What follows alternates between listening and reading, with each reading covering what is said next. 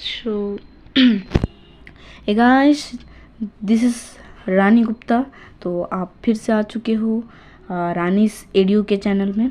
तो आज हम डिस्कस करने वाले हैं current affair plus static GK plus previous year जो स्टैटिक जीके हैं प्लस अगले पिछले जो मंथ का हम लोग रिवीजन करेंगे करंट अफेयर्स का। ठीक है, साथ ही साथ मोस्ट एक्सपेक्टेड क्वेश्चन भी करते जाएंगे। तो आज बहुत न्यूज़ में आज बहुत सारे कुछ डिस्कस करना है आपके साथ। तो चलिए जल्दी जल्दी डिस्कस कर लेते हैं, सारे क्वेश्चन सॉल्व कर लेते हैं और रिवीजन भी कर लेंगे, सब झट झट सब कर लेंगे। ठीक है, लेकिन उससे पहले देखिए आपके लिए एक सूचना कि मैदान में हारा हुआ इंसान फिर से जी सकता है, लेकिन मन से हारा हुआ इंसान कभी नहीं जी सकता। तो मन से नहीं हारना है। ठीक है, तो चले आगे की ओर अब स्टार्ट करते हैं। तो हम आज क्या क्या डिस्कस करने वाले हैं। हम लोग डेली बेसिस पे करंट अफेयर्स करते ही हैं, आज भी करेंगे, एनालाइज करेंगे, related GK and GS facts देख लेंगे, रिलेटेड रिसेंट न्यूज़ और एमसीक्यू भी देखेंगे। और यहाँ पे previous year month CA MCQ revision CA, ठीक है, करंट अफेयर्स के जो हैं, और static general knowledge topic wise previous year paper देखेंगे इस वीडियो में। बहुत ही बेनिफिट होने वाला है ये वीडियो, तो जल्दी जल्दी देख लेते हैं। पूरा वीडियो देखना, अगर पूरा वीडियो देखना है तो ही देखो, इसके आगे आप मत जाओ। ठीक है, अभी बैक कर लो, जाओ कहीं और अपना रील्स वगैरह फिर कुछ देखो जाओ, लेकिन अगर पूरा वीडियो देखोगे तभी देखना। ठीक है, बहुत ही बेनिफिट, मेरा मोटिव हमेशा यही पता ही होगा कि मिनिमम टाइम में आपको मैक्सिमम बेनिफिट दे सकूं। तो पहला हेडलाइन देख लेते हैं क्या लिखा हुआ है। देखो पहला हेडलाइन क्या है आज का। थोड़ा सा पिक्चर में कुछ डैमेज हुआ है, लेकिन हमें पिक्चर से मतलब नहीं, हेडलाइन से मतलब होना चाहिए। ठीक है, तो हेडलाइन में आपको क्या दिख रहा है कि Allahabad high court cancelled madrasa education act, यानी कि इलाहाबाद उच्च न्यायालय ने किया मद्रासा शिक्षा अधिनियम को रद्द। समझ रहे हो मेरी बात को कि ये है हम लोगों का आज का हेडलाइन, फर्स्ट न्यूज़। ठीक है, तो अब इससे रिलेटेड कुछ जानकारी देख लेते हैं, बहुत ही इम्पोर्टेंट जानकारी। ठीक है, तो देखो इससे पहले स्टार्ट करने से पहले मैं आपसे एक रिक्वेस्ट करूँगी कि चैनल न्यू है तो ग्रो करना बहुत ज़रूरी है, नहीं तो मैं वीडियो नहीं डाल सकती हूँ। सॉरी पहले से बोल रही हूँ। तो अगर आप नए हो तो सब्सक्राइब कर लेना, ताकि पहला नोटिफिकेशन आपके मोबाइल में ही जाए और आप जल्दी जल्दी प्रैक्टिस करो और अपने लक्ष्य के एक कदम और आगे बढ़ जाओ। ठीक है, और अगर बहुत ही वीडियो अच्छा लगे तो एक कमेंट कर लेना और एक लाइक ज़रूर करना। ठीक है, तो स्टार्ट करें आज का टॉपिक। तो देखो क्या लिखा हुआ है कि the Lucknow bench of Allahabad high court has declared the UP board of madrasa education act 2004 as unconstitutional. ठीक है, तो हिंदी वालों के लिए ट्रांसलेट करते हैं हम लोग, हिंदी वाले गौर कीजिए क्या लिखा हुआ है। देखिए एक मिनट, हाँ, तो देखो क्या लिखा हुआ है कि इलाहाबाद हाई कोर्ट की लखनऊ बेंच ने UP board of madrasa education act 2004 को असंवैधानिक घोषित कर दिया गया है। ठीक है, समझ में आ रही है। और ये न्यूज़ जो मैं बता रही हूँ करंट अफेयर, वो 28 मार्च का ही है। ठीक है, 28 मार्च का है, तो कोई डाउट नहीं होना चाहिए। देखिए और पॉइंट अगर हम नज़र अंदाज ये सब नहीं कर सकते, बिल्कुल भी कुछ भी क्वेश्चन दे सकते। तो जानो क्या लिखा हुआ है। The court ruled that the act violates the principle of secularism as well as several articles of the constitution including article 14, 21 and 21A। और पॉइंट नंबर 2 में क्या लिखा है, additionally the court found that the act also violates section 22 of the university grants commission act of 1956। तो चलिए हिंदी में देख लेते हैं क्या लिखा हुआ है इसका मतलब। और हिंदी वालों के लिए, हिंदी और इंग्लिश दोनों के लिए है कि कोई सेपरेट नहीं है कि आप इंग्लिश मीडियम से हो तो आपको ये वीडियो काम नहीं है, फिर आप हिंदी मीडियम को तो आपके लिए वीडियो काम नहीं है, ऐसा कुछ नहीं है। दोनों के लिए आप देख ही सकते हो स्क्रीन पे, हिंदी इंग्लिश दोनों में बता रही हूँ। तो चलिए हिंदी में इसको समझ लेते हैं क्या लिखा हुआ है। तो पॉइंट में देखिए क्या लिखा है, अदालत ने फैसला सुनाया कि यह अधिनियम धर्मनिरपेक्षता के सिद्धांत के साथ साथ संविधान के अनुच्छेद 14, 21 और 21A सहित कई अनुच्छेदों का उल्लंघन करता है। ठीक है, उल्लंघन कर रहा है मतलब ये मान नहीं रहा है। ठीक है, और पॉइंट नंबर 2 में इसके अतिरिक्त अदालत ने पाया कि यह अधिनियम 1956 के विश्वविद्यालय अनुदान आयोग अधिनियम की धारा 22 का भी उल्लंघन करता है। तो आपको बस याद रखना कि कौन कौन सी धारा को जो है उल्लंघन कर रहा है जो इलाहाबाद का वो है हाईकोर्ट, तो वो है 14, 21, 21A एंड 22, 14, 21, 21A एंड 22, ठीक है, 22 नंबर था। तो चलिए इसलिए सॉरी फॉर दिस, इस रिलेटेड कुछ फैक्ट्स देख लेते हैं। हाई कोर्ट के रिलेटेड कुछ फैक्ट आपके सामने हैं, इसको जानना बहुत ही ज़रूरी है, तो इसलिए मैं आपके साथ थोड़ा शेयर कर रही हूँ, ठीक है। जीके जीएस से रिलेटेड है ये, ठीक है। तो पहला पॉइंट के लिए, according to article 214 of the constitution a high court is. तो आर्टिकल, एक मिनट, सॉरी फॉर दैट, मेरा ना थोड़ा गला ख़राब है इसलिए थोड़ा प्रॉब्लम हो रही है फिर में, कोई नहीं। तो क्या पढ़ रहे थे हम लोग कि according to article 214 the constitution a high court is established in every state. मतलब जो आर्टिकल 214 ऑफ द कॉन्स्टिट्यूशन वो क्या बोल रहा है कि जो एक हाई कोर्ट है वो ना कोई भी स्टेट मतलब कोई भी स्टेट में बनाया जा सकता है, ठीक है। जो और उसके बाद सेकंड, ये फर्स्ट पॉइंट है। सेकंड पॉइंट में क्या बोल रहा है कि आर्टिकल जो 231 है उसके अकॉर्डिंग हम कह सकते हैं कि provides that there may be one high court for 2 और मोर स्टेट्स और यूनियन टेरिटोरीज। मतलब आर्टिकल 231 से हम लोग कह सकते हैं कि एक जो हाई कोर्ट है वो ना, मतलब देखो लिखा हुआ है कि भी वन हाई कोर्ट फॉर 2 और मोर स्टेट, मतलब एक हाई कोर्ट एक या फिर उससे ज़्यादा 2 या फिर उससे ज़्यादा स्टेट में भी बन सकता है, या फिर उसका मतलब जो लागू हो सकता है उसके नियम, ठीक है। और अगर देखिए आर्टिकल 217 में, उसमें बताया जा रहा है कि क्वालिफिकेशन ऑफ ए जज ऑफ ए हाई कोर्ट। मतलब आर्टिकल 217 हम लोगों को क्या बोलता है कि आर्टिकल 217 हम लोग को बताता है कि जो जज लोग हैं हाई कोर्ट के, जो जज है उनके क्वालिफिकेशन क्या है। तो वो कौन सा आर्टिकल में है, 217, याद रखने, ठीक है। आई श्योर आपको समझ में आ रही होगी मेरी बातें।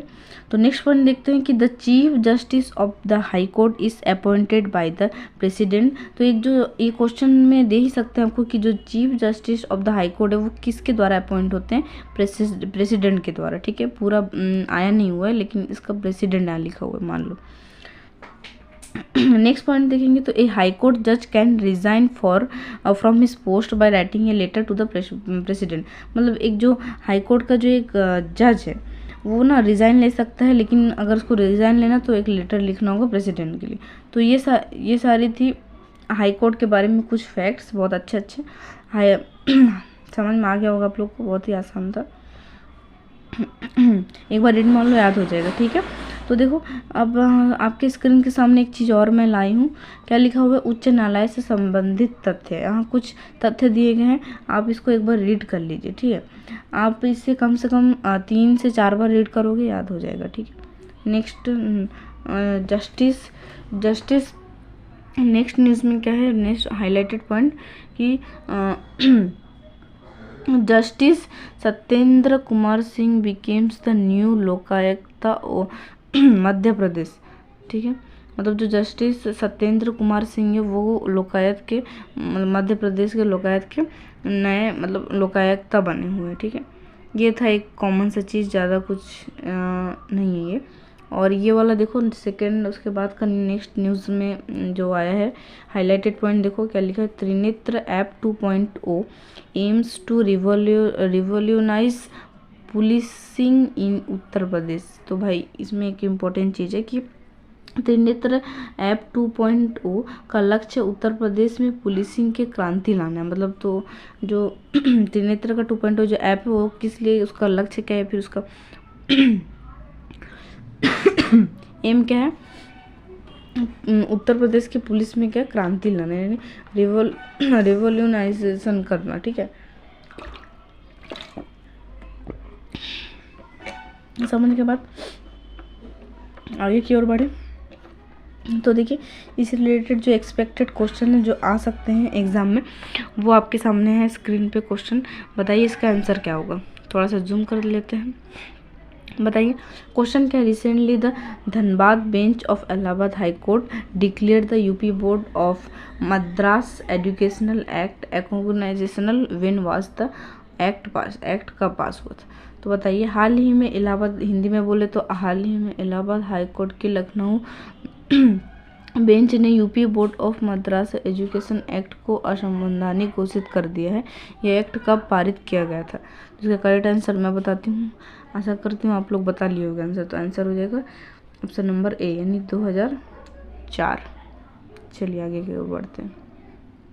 नेक्स्ट हेडलाइन आपके सामने है, ये अगला न्यूज़ था हम लोगों का। क्या है, Mumbai overtakes Beijing as Asia's billionaire hotspots Hurun report. मतलब जो ह्यूरन इसका उच्चारण मुझसे नहीं होता। ह्यूरन रिपोर्ट के अनुसार मुंबई जो है वो ओवरटेक कर गया बीजिंग एज एशियाज बिलियनरी मतलब सबसे बिलियनरी जो स्टेट होते हैं उसमें से मुंबई अभी ओवरटेक कर गया बीजिंग को। ठीक है, बहुत ही वो है। तो हिंदी में बोले तो एशिया के अरबपति, समझ रहे, बिलियनरीज मतलब अरबपति हॉटस्पॉट के रूप में मुंबई ने बीजिंग को पछाड़ा। हुरन रिपोर्ट वही। ठीक है, समझ में आया। अब इसके रिलेटेड कुछ पॉइंट्स देख लेते हैं। न्यूज़ में क्या आया है कि according to the latest Hurun global rich list 2024 Mumbai has overtaken Beijing to became the billionaire capital of Asia with 92 billionaires living in the city. समझ गए।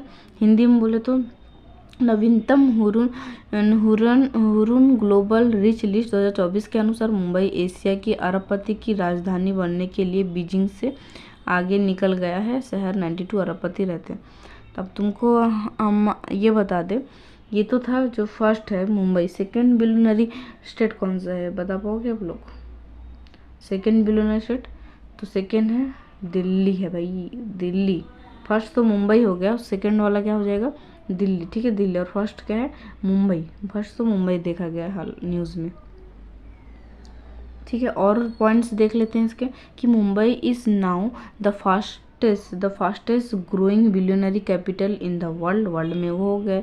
ठीक है, adding 26 billionaires a year making it the third largest billionaire capital in the world and Asia.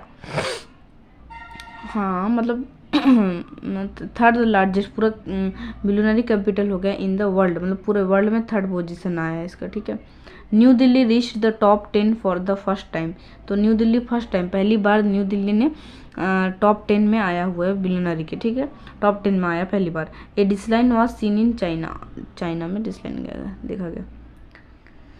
चलिए, और एक चीज़ important आपके सामने हाजिर कर दिया है मैंने कि rank and report 2024 rank and report है 2024 के, बहुत ही इंपॉर्टेंट है। ठीक है, तो पहला पॉइंट हम लोग देख लेते हैं जल्दी। India's human development index ranking 134 out of 193 countries. Point number 2, India jumps 14 ranks on UNDP gender inequality index. Point number 3, India tops global arms imports SIPRI report. Point number 4, India's position at 42 in the global intellectual property index 2024। ठीक है, पांचवा point, cyber crime report के अनुसार India ranks 80th world wide, मतलब cyber crime के मामले में India का रैंक कितना, 28 वो भी world wide. UP leads in vehicle states अक्टूबर-दिसंबर 2023 और Maharashtra a followers SIM report. समझ के, तो ये बस उतना कुछ है नहीं, बस आप एक बार रीडिंग मार लो जस्ट, जैसे कि अभी मैंने मार दिया रीडिंग। और हिंदी में पढ़ना है क्या, जो हिंदी स्टूडेंट्स हैं तो चलिए उनके लिए भी थोड़ा सा का बोल देने, तो भेदभाव हो जाएगा ना कि हिंदी के लिए क्या इंग्लिश के लिए क्या हिंदी के लिए, तो भेदभाव नहीं होना है। चलो जल्दी करते हैं। भारत का मानव विकास सूचकांक 193 देशों में से 134 स्थान पर है। पॉइंट नंबर 2, UNDP लैगिंग असमानता सूचांक में भारत ने 14 पायदान की छलांग लगाई। पॉइंट नंबर 3, भारत वैश्विक हथियार आयात में शीर्ष पर है, ठीक है, SIPRI रिपोर्ट के अनुसार। पॉइंट नंबर 4, वैश्विक वैदिक संपत्ति सूचकांक 2024 में भारत का स्थान 42वां मतलब 42वां है, ठीक है। पॉइंट नंबर 5, ठीक है, तो साइबर क्राइम रिपोर्ट भारत दुनिया पर 80वें स्थान पर है। अक्टूबर दिसंबर 2023 में वाहनों बिक्री में यूपी दिख नहीं रहा, एक मिनट, यूपी अग्रणी महाराष्ट्र, हाँ अग्रणी भूमिका पालन किया है वो महाराष्ट्र। तो अगला हेडलाइन आप लोग के सामने है, आप लोग पढ़ो, 1 मिनट में पानी पी लेती हूँ।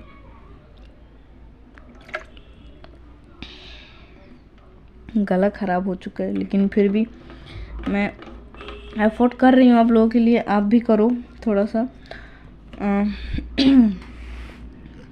आप एक लाइक और एक कमेंट एक सब्सक्राइब मेरे लिए मतलब एक और नई वीडियो बनाने में हेल्प करता है, मोटिवेट करता है, और क्या। चलिए नेक्स्ट न्यूज़ देख लेते हैं। नेक्स्ट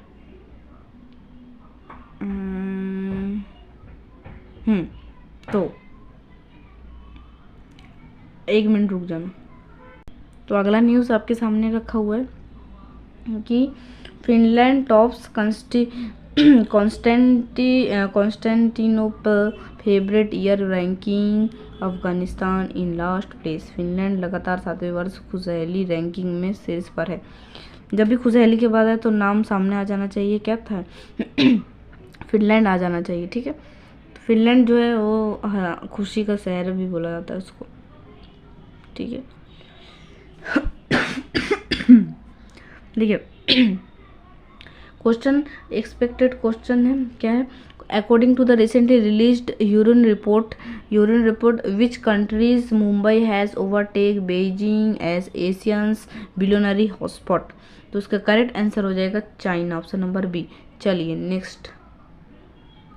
नेक्स्ट हेडलाइन आपके सामने है, न्यूज़ है जो Kashmir valley Asia's largest tulip garden opens for public. जो कश्मीर वैली है वो एशिया के लार्जेस्ट ट्यूलिप गार्डन बनने जा रहा है, वो खोल रहा है पब्लिक के लिए, ठीक है। कोई भी आ जा सकता है वहाँ पे। कश्मीर घाटी एशिया का सबसे बड़ा ट्यूलिप गार्डन जनता के लिए खुल रहा है, समझे। तो चलिए इस रिलेटेड कुछ पॉइंट पढ़ लेते हैं फटाक। क्या लिखा हुआ है point, in Kashmir valley one of the largest tulip gardens in Asia officially open to the public. Kashmir की घाटी में एशिया के सबसे बड़े ट्यूलिप गार्डन में से एक अधिकारी तौर पर जनता के लिए खोली जा रही है। तो आप भी जाओ, मज़े करो वहाँ पे जाके, ठीक है। और 2 पॉइंट यहाँ पे हैं कश्मीर रिलेटेड, तो देख लेते हैं। This year this garden will Bloom with 17 lakh flowers of different varieties which will also include 5 new flowers varieties this year. मतलब इस साल वो लोग 17 लाख से ज़्यादा फूल लगाएंगे, वो भी डिफरेंट वेराइटीज़ के, डिफरेंट टाइप के, और भी ये लोग इस साल और 5 न्यू फ्लावर लगाने वाले हैं, ठीक है। और नेक्स्ट पॉइंट क्या लिखा हुआ है, it is situated at the foothills of the Zabarwan mountain range and on the banks of the majestic world famous Dal lake के पास होगा, ठीक है। वो तुम्हारा लोकेशन बता दिया लास्ट वाले पॉइंट में। हिंदी में बोले तो इस वर्ष यह उद्यान विभिन्न किस्मों के 17 लाख फूलों से खिलेगा, जिसमें इस वर्ष 5 नए फूलों की किस्में भी शामिल होंगी। यह जबरवान पर्वत श्रृंखला की तलहटी और राजसी विश्व प्रसिद्ध डल झील के तट पर स्थित है। चलिए एक और चीज़ आपके लिए पेश है स्क्रीन के सामने। क्या लिखा हुआ है कि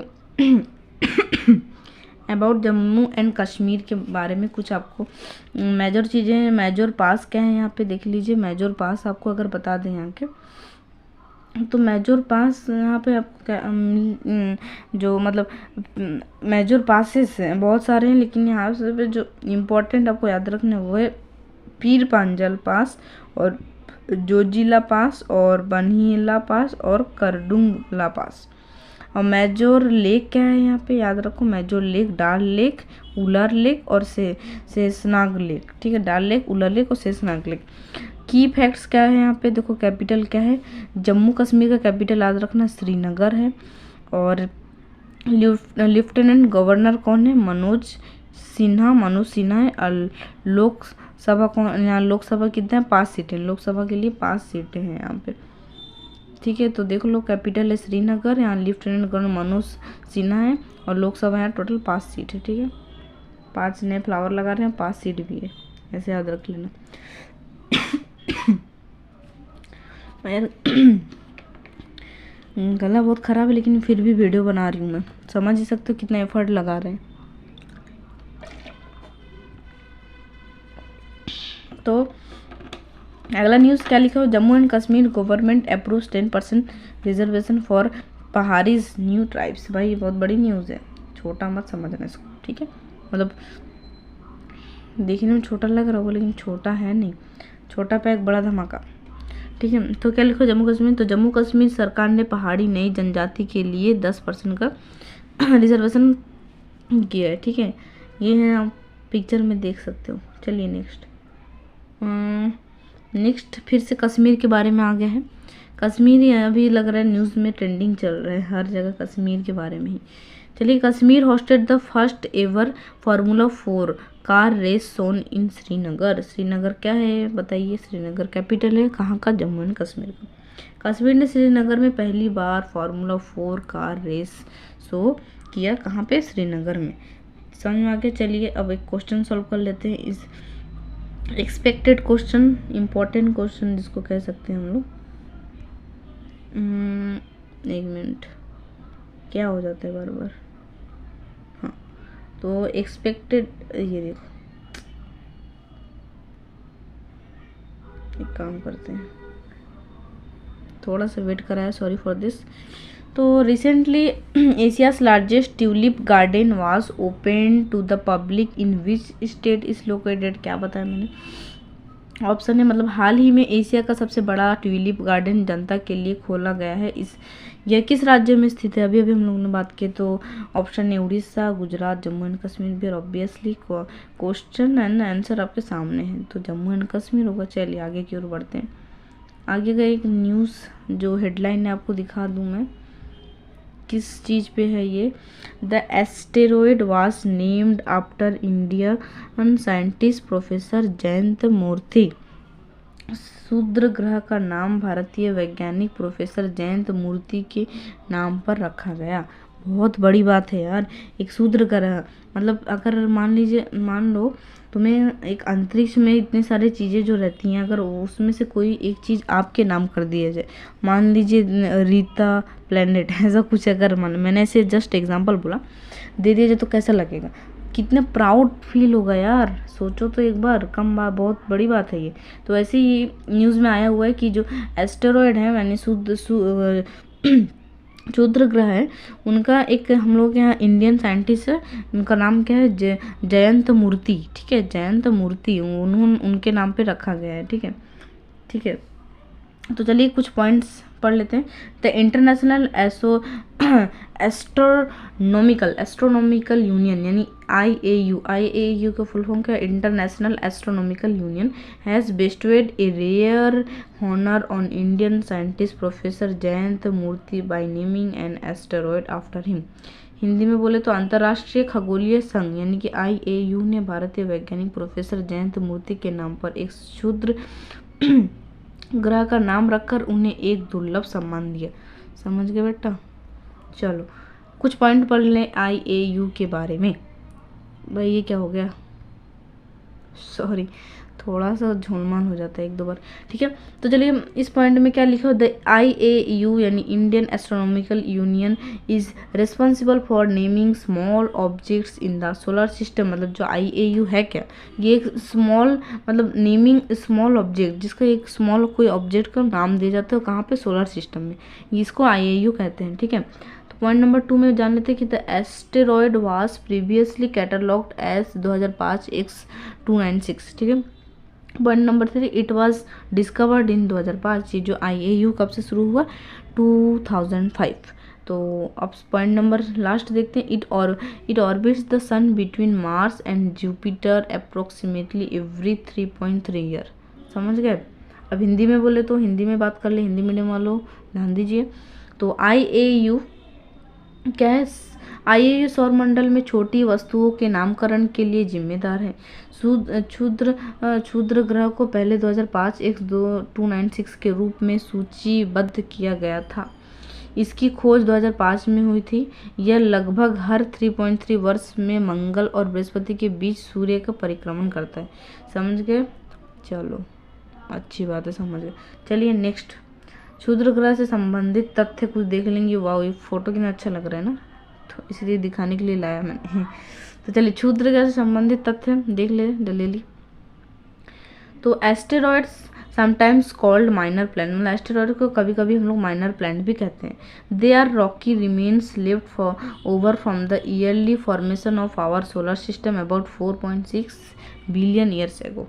much of this ancient space debris can be found within the main asteroid belt, ठीक है, orbiting our sun between Mars and Jupiter. Okay, the largest asteroid is called Ceres. तो जो लार्जेस्ट एस्टेरॉयड है उसको क्या कहेंगे हम लोग? सेरस।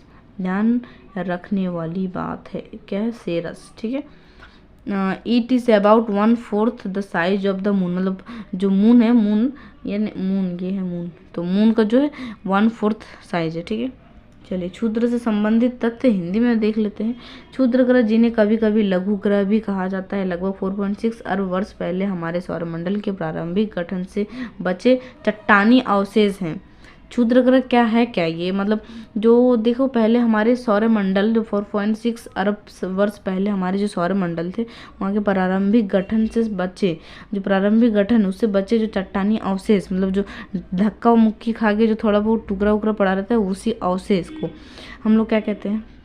क्षुद्र, ठीक है। इस प्राचीन अंतरिक्ष मलबे का अधिकांश भाग मुख्य क्षुद्र ग्रह बेल्ट के भीतर मंगल और बृहस्पति के बीच हमारे सूर्य की परिक्रमण करते हुए पाया जा सकता है। मतलब कहाँ कैसे पाया जा सकता है, ये सारी बातें यहाँ लिखी हुई है। सबसे बड़े क्षुद्र ग्रह का नाम क्या बोला मैंने? सेरस। ध्यान रखने वाली बात है। यह चंद्रमा के आकार का लगभग 1/4 है, समझ गए। चलिए नेक्स्ट ये देख लीजिए फोटो। जो नेक्स्ट न्यूज़ का हमारा पार्ट है, ये नेक्स्ट न्यूज़ हमारा क्या है?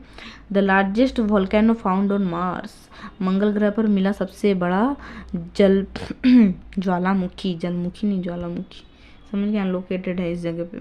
चलिए इससे अब मोस्ट एक्सपेक्टेड क्वेश्चन देख लेते हैं, जो कि बहुत इंपॉर्टेंट है। सबसे इम्पॉर्टेंट और सबसे मज़ेदार टॉपिक मुझे ये लगता है, जो क्वेश्चन इस रिलेटेड ना न्यूज़ पढ़ने के बाद तुरंत क्वेश्चन सॉल्व कर लो, बहुत ही मज़ा आता है यार। चलिए क्वेश्चन क्या लिखा हुआ है, एक मिनट इसको यहाँ पे रखते हैं। तो क्वेश्चन में लिखा है recently India scientist professor dash the asteroid was named after. तो भाई ये तो अभी पढ़ा हम लोगों ने, हाल ही में भारतीय वैज्ञानिक प्रोफेसर के नाम पर क्षुद्र ग्रह का नाम रखा गया। वैज्ञानिक का नाम क्या था?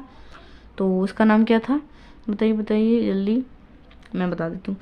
ऑप्शन नंबर ए जयंत मूर्ति, बहुत ही भाग्यशाली साइंटिस्ट है, इनके नाम पे रखा गया, ठीक है। तो चलिए इस पॉइंट को ज़रा, ये हाईलाइटेड एक पॉइंट है मैंने रखा है जो इम्पोर्टेंट है न्यूज़ में।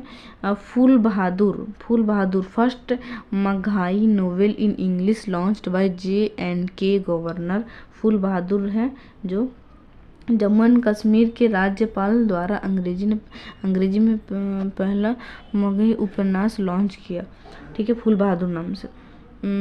फूल बहादुर, तो इसके बारे में कुछ जान लेते हैं। फूल बहादुर थोड़ा और छोटा, तो चलिए देख लेते हैं। Phool Bahadur Jammu and Kashmir lieutenant governor, Jammu और कश्मीर के जो lieutenant governor major Manoj Sinha launch the English translation of the Magahi novel Phool Bahadur. तो फूल बहादुर नाम का जो नोवेल वो जो जम्मू कश्मीर के लेफ्टिनेंट गवर्नर मनोज सिन्हा उन्होंने लॉन्च किया Phool Bahadur. It was translated into English by the Indian poet diplomat Abhay Kumar, ठीक है, English by the Indian poet. Okay, तो इसको इंग्लिश में ट्रांसलेट किया है कौन? एक इंडियन पोएट जिनका नाम था कि अभय कुमार वास। तो हिंदी में बोले तो जम्मू एंड कश्मीर के उप राज्यपाल मनोज सिन्हा ने मगही उपन्यास फूल बहादुर का अंग्रेजी अनुवाद लॉन्च किया है। इसका अंग्रेजी में अनुवाद भारतीय कवि राजनयिक अभय के ने किया। अभय के मतलब कुमार, ठीक है। It was launch in Patna in the 4th edition of the Grand Trunk Road initiatives. It was first published in 1928 by Jayant Patil of Nawada district of Bihar. The book is a humorous reflection on the contemporary society and bureaucracy of Bihar. चलिए तो अब एक static GK का portion लेके आई हूँ मैं, जैसे कि मैंने आपसे कहा था। एक मिनट, स्टैटिक जीके है, ठीक है। स्टैटिक जीके का पोर्शन है ये, जैसे कि मैंने कहा था, वादा किया था, वीडियोस पहले ही कहा दिया, सब ही हम लोग यहाँ पे करना। जैसे कि मोस्ट एक्सपेक्टेड क्वेश्चन तो किए हैं, और अब स्टैटिक जीके का कुछ पोर्शन है। स्टैटिक जीके का पोर्शन देखिए, तो यहाँ हेडलाइन के famous books and authors from ancient India. Ancient India के जो ऑथर्स और बुक्स है वो आपके सामने हाजिर है। पहला बुक है मुद्रा रक्स, गला खराब हो गया। तो ये सारे आप बहुत ही इम्पोर्टेंट हैं, क्योंकि एशियंट के हैं तो इम्पोर्टेंट है, तो इसको आप एक बार देख लो, रीडिंग कर लो। मैं नहीं बोलती कि बार बार रट्टा मारो, आप इससे कम से कम 10-12 बार रीडिंग कर लेना, अपने आप याद आ जाएगा। मतलब MCQ रहेगा, तो MCQ देख के आंसर आपके मुँह के सामने, ये सारे बुक्स याद कर लो आप, ठीक है। स्क्रीनशॉट ले लो जल्दी से। नेक्स्ट चले, famous books authors from ancient India. अब आपको बता दें फिर से, और भी उतना ही नहीं ख़त्म था, ये भी है कुछ और बता दें आपको। जो अभिज्ञान शाकुंतला, विक्रम और यार मेरा उच्चारण नहीं हो पा रहा, गले खराब की वजह से उच्चारण भी नहीं कर। रघुवंशन, तो इनके जो वो ऑथर हैं, ये बुक्स हैं, ऑथर क्या है, कालिदास। तो जो ये CVT में आए हैं क्वेश्चन प्रीवियस ईयर में, इसलिए मैंने दिया है, ये थोड़ा सा मार्क कर दिया ताकि याद रहे आपको। इसका भी स्क्रीनशॉट ले लो। चलिए, famous book and authors of ancient India, ये भी है, इसका भी स्क्रीनशॉट लो और याद करो और पढ़ लो, रीडिंग मान लो। एशियंट इंडिया ये भी है, ठीक है। ये सारे आपको करने हैं, बस रीडिंग मारना यार, रट्टा मत मारना, रट्टा मारोगे तो कर नहीं पाओगे, ठीक है। और बता दें, वो तो था एशियंट इंडिया का। अब फेमस, यहाँ F कहाँ चला गया, famous books and authors from medieval India. अब ये मेडिवल इंडिया के तो ज़्यादा इम्पोर्टेंट तो एशियन से ही आता है, और मेडिवल से उतना कुछ आता नहीं, लेकिन फिर भी आप एक बार जस्ट रीडिंग मान लेना, ठीक है। जस्ट आप लोग थोड़ा रीडिंग मान लो, ठीक है, ताकि ये ना हो कि मैंने पढ़ा नहीं, ठीक है। आते तो हैं, लेकिन अभी तक तो मेडिवल से कुछ आए नहीं एक बार भी, ठीक है।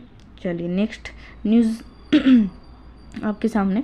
तो न्यूज़ में अभी क्या देखा गया कि governor PS Sreedharan Pillai release the book basic structure and Republic. तो अभी बुक के बारे में ही बात करते हैं, इसलिए बुक रिलेटेड अभी जो हाल ही में चल रहा है ट्रेंडिंग, उसके जो न्यूज़ में है, तो वो आपके सामने ला दिया मैंने। बेसिक स्ट्रक्चर एंड रिपब्लिक नाम का एक बुक है, तो कुछ लिखा है, गवर्नर PS श्रीधरन पिल्लाई ने रिलीज़ किया इसको। राज्यपाल PS श्रीधरन पिल्लाई ने किया बेसिक स्ट्रक्चर का बुक, ठीक है।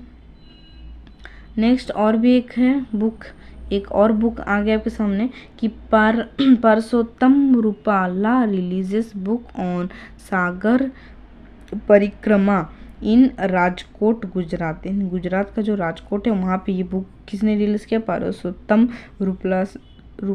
रूपाला ने किया है, और बुक का नेम क्या है, सागर परिक्रमा। समझ गए भाई। चलिए जल्दी क्वेश्चन कर लेते हैं। क्वेश्चन करने में मेरे को बड़ा मज़ा आता है, ठीक है।